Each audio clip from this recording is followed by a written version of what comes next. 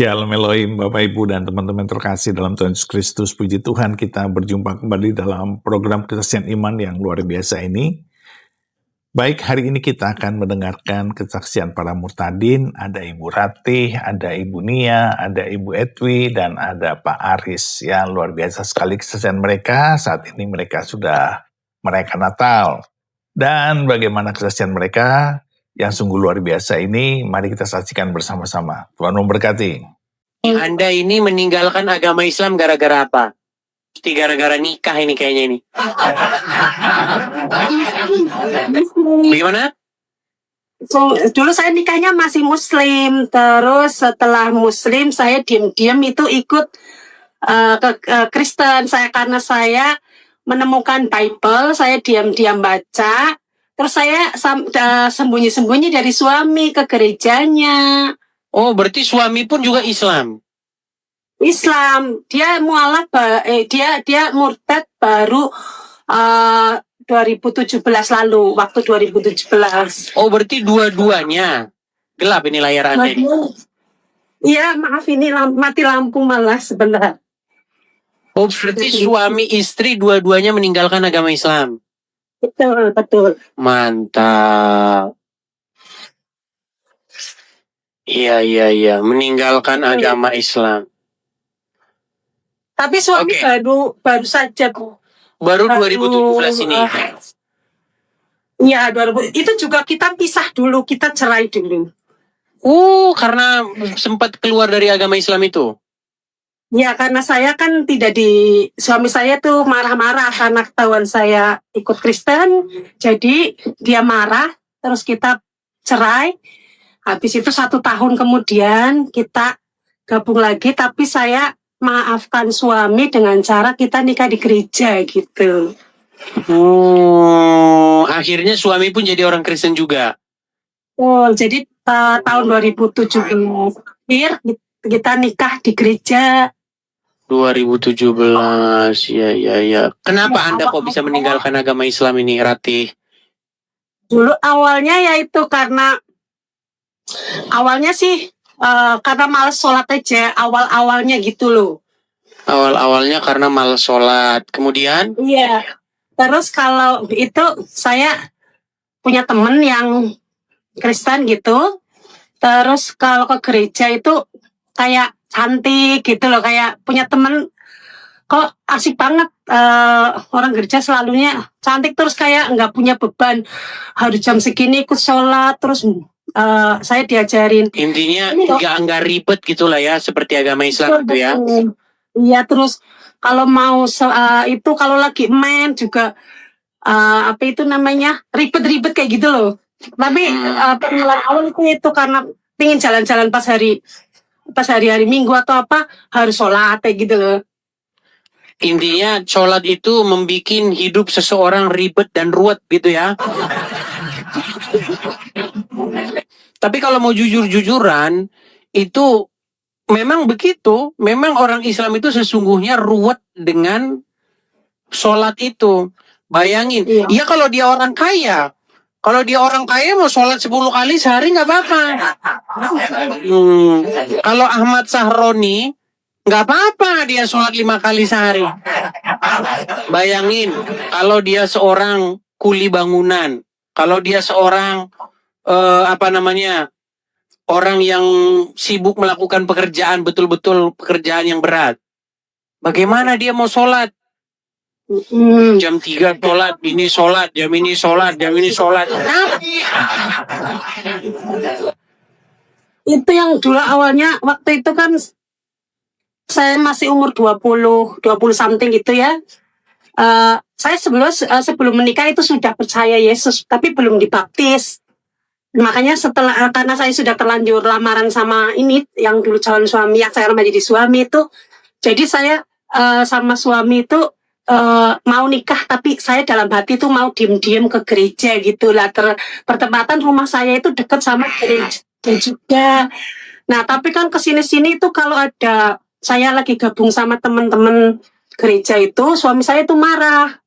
Jadi saya harus cari cara gitu setiap minggu. Tapi ngomong dari logat bahasanya, Kalau dari logat-logat bahasanya ini mirip tetangga saya. Ngapak ya.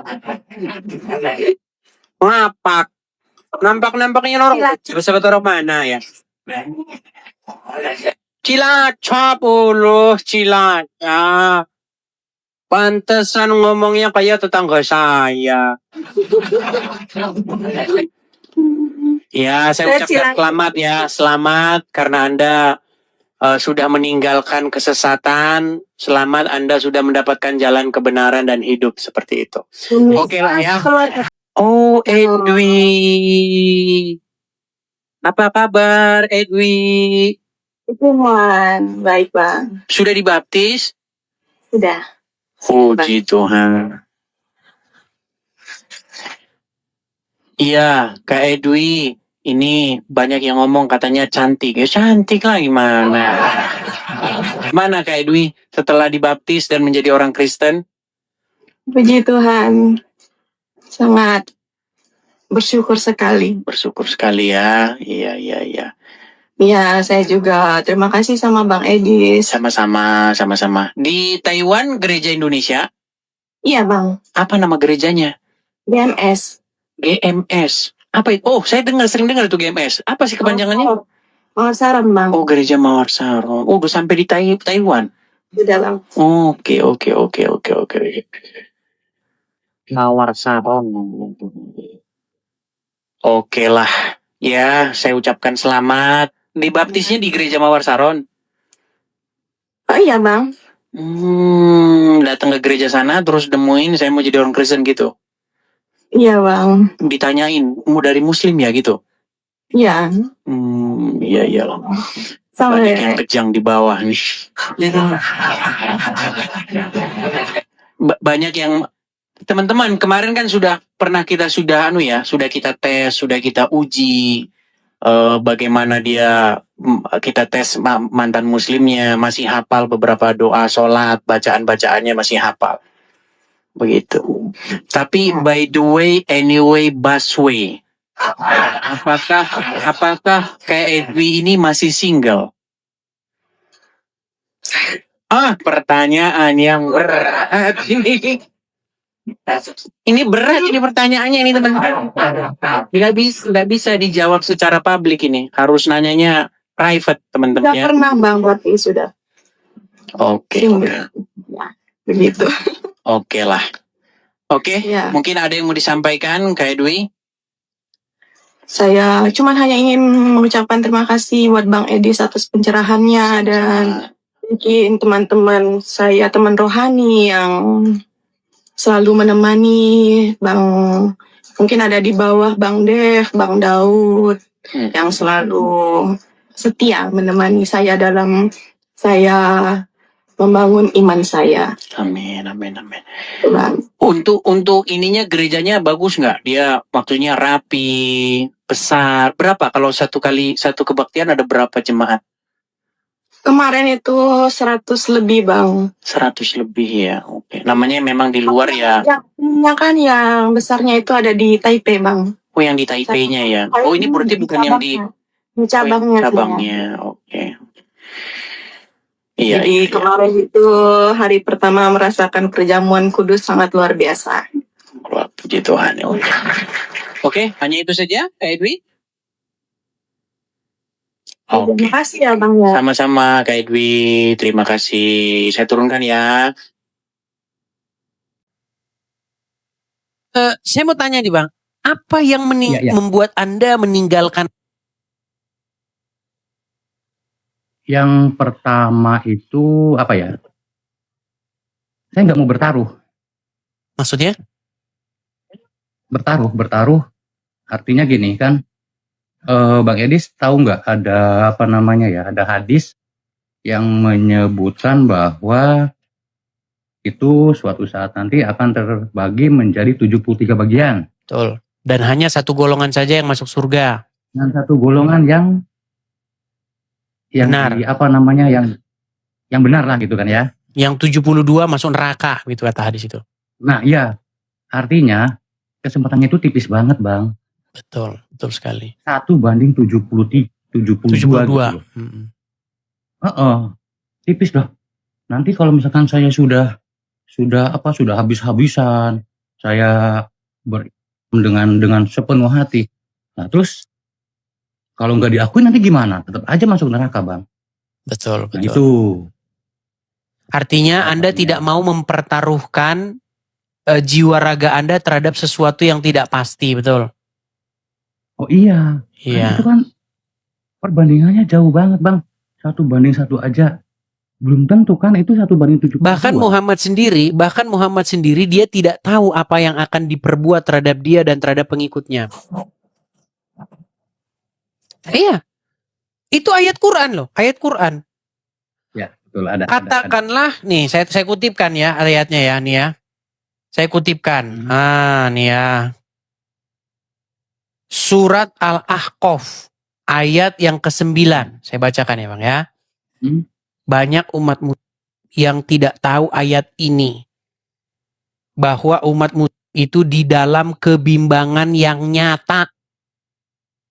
Di dalam ketidaktahuan yang nyata. Bahkan seorang Muhammad berada di dalam ketidaktahuan yang nyata. Nih ya, surat Al-Ahqaf. Perhatikan. Ayat yang ke-9. Apa dikatakan di sini? Katakanlah, aku bukanlah Rasul yang pertama di antara Rasul-Rasul. Dan aku tidak mengetahui apa yang akan diperbuat terhadapku dan tidak pula terhadapmu. Aku tidak lain hanyalah mengikuti apa yang diwahyukan kepadaku dan aku tidak lain hanyalah seorang pemberi peringatan yang menjelaskan. Jadi menurut ayat ini, Bang, Muhammad tidak tahu apa yang akan diperbuat terhadap dirinya dan terhadap pengikutnya. Nih, aku tidak mengetahui apa yang akan diperbuat terhadapku dan tidak pula terhadapmu. Ini ayat jelas sekali nih mengatakan itu di dalam kebimbangan yang nyata. Halo, selamat malam Nia. Malam Bang Edis. Malam juga Nia. Malam Bang. Nia Kristen. Dulu Islam jadi saya murtad Bang. Dulu Islam, sekarang Kristen. Iya Bang. Oke. Kak Nia di sini mungkin Kak Nia juga pernah tahu ya aturan di sini. Di sini itu bukan seperti di channelnya orang-orang Islam. Kalau ngaku-ngaku, subhanallah. Kalau di sini nggak boleh. Tahu Bang. Kalau nggak percaya teman-teman, naik ke channel Muslim, terus ngaku-ngaku saya Muslim, saya Kristen tadinya jadi Muslim, langsung. Subhanallah, subhanallah, masuk semua lap lagi. Kalau di sini nggak. Di sini wajib diuji, nggak boleh asal ngomong. Berapa tahun dulu jadi orang Islam, Kak Nia? Saya semenjak kawin sama suami Bang, jadi saya jadi Kristen. Berarti jadi Kristen cuma gara-gara nikah dalam itu? Bukan juga sih Bang. Bukan juga. Oke. Coba berapa tahun dulu jadi orang Islam, Kak Nia? Saya kawin udah 15 tahun Bang. Itulah semenjak kawin saya udah jadi Kristen. Katolik saya Bang. Oke. Sempat jadi Islam itu berapa tahun? 25 tahun, 30 tahun. 21 tahun ya Bang. Oh, 21 tahun. Oke. Iya. 21 tahun jadi orang Islam. Kemudian sekarang sudah 15 tahun meninggalkan agama Islam. Iya, Tapi bagaimana kami yakin kalau 21 tahun jadi agama Islam atau 15 tahun lalu masih Islam? Pasti kalau masih Islam dulu ingat bacaan-bacaan sholat, bacaan-bacaan surat Al-Quran. Pasti masih ingat kan? Ada masih ingat Bang sebagian. Coba silakan apa? A'udzubillahi minasyaitonirrajim. Bismillahirrahmanirrahim. Iyyaka na'budu wa iyyaka nasta'in. Ihdinas siratal mustaqim. Siratal ladzina an'amta alaihim ghairil maghdubi alaihim waladdallin. Ini sah muslim. Sah. Coba, karena begini, kalau hanya pindah agama gara-gara menikah begitu kan, kayaknya sih ya tidak ada something spesial gitu loh. Coba Kak Nia ini meninggalkan agama Islam gara-gara apa? Saya lebih kesentuh dengan agama Kristen, Abang. Dengan saya, cuman ya Bang, memang dulu saya Muslim kan, tapi setelah saya jadi pindah agama itu, saya lebih mendapat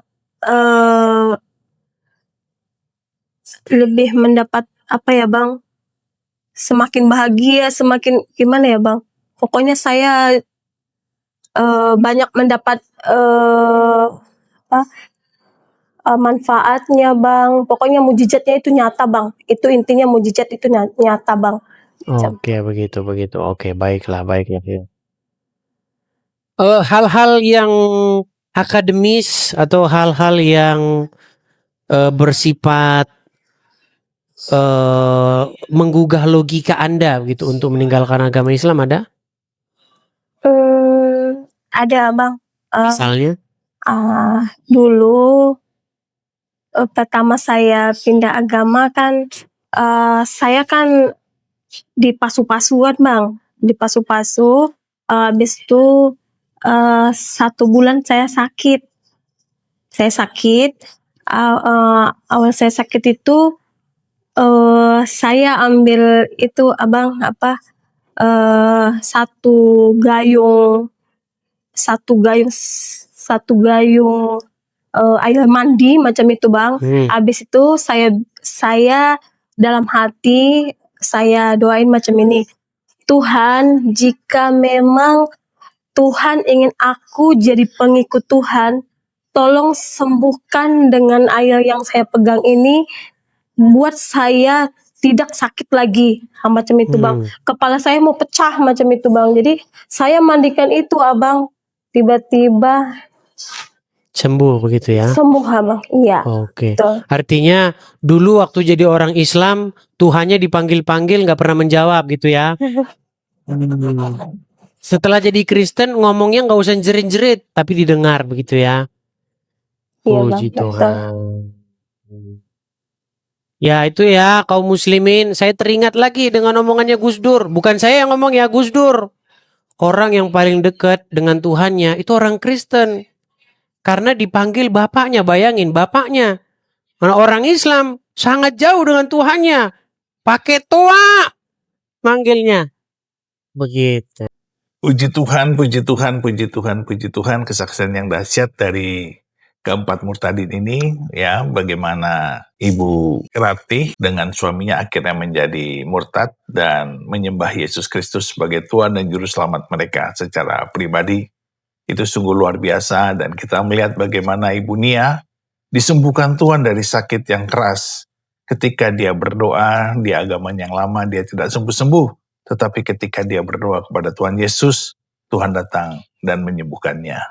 Dan kita melihat semua ini adalah pekerjaan Roh Kudus, bagaimana Ibu Nia, Ibu Ratih, Ibu Edwi, dan Pak Aris dijamah Tuhan. Itu bukanlah pekerjaan manusia, itu adalah pekerjaan Tuhan sendiri, karena dia mengasihi umatnya yang terhilang. Dan kita sebagai anak-anak Tuhan hanya bertugas untuk memberitakan Injil, bersaksi, mendoakan, dan terus melayani Tuhan sampai pada kesudahannya. Tetaplah semangat dan teruslah berkarya di dalam Tuhan, dan teruslah menjadi berkat, teruslah mengasihi, teruslah mendoakan, dan jangan pernah undur diri. Tuhan beserta kita dan memberkati kita semua di dalam nama Bapa dan Anak dan Roh Kudus, di dalam nama Tuhan Yesus Kristus. Haleluya, haleluya, haleluya. Amin, amin, amin, amin, amin, amin.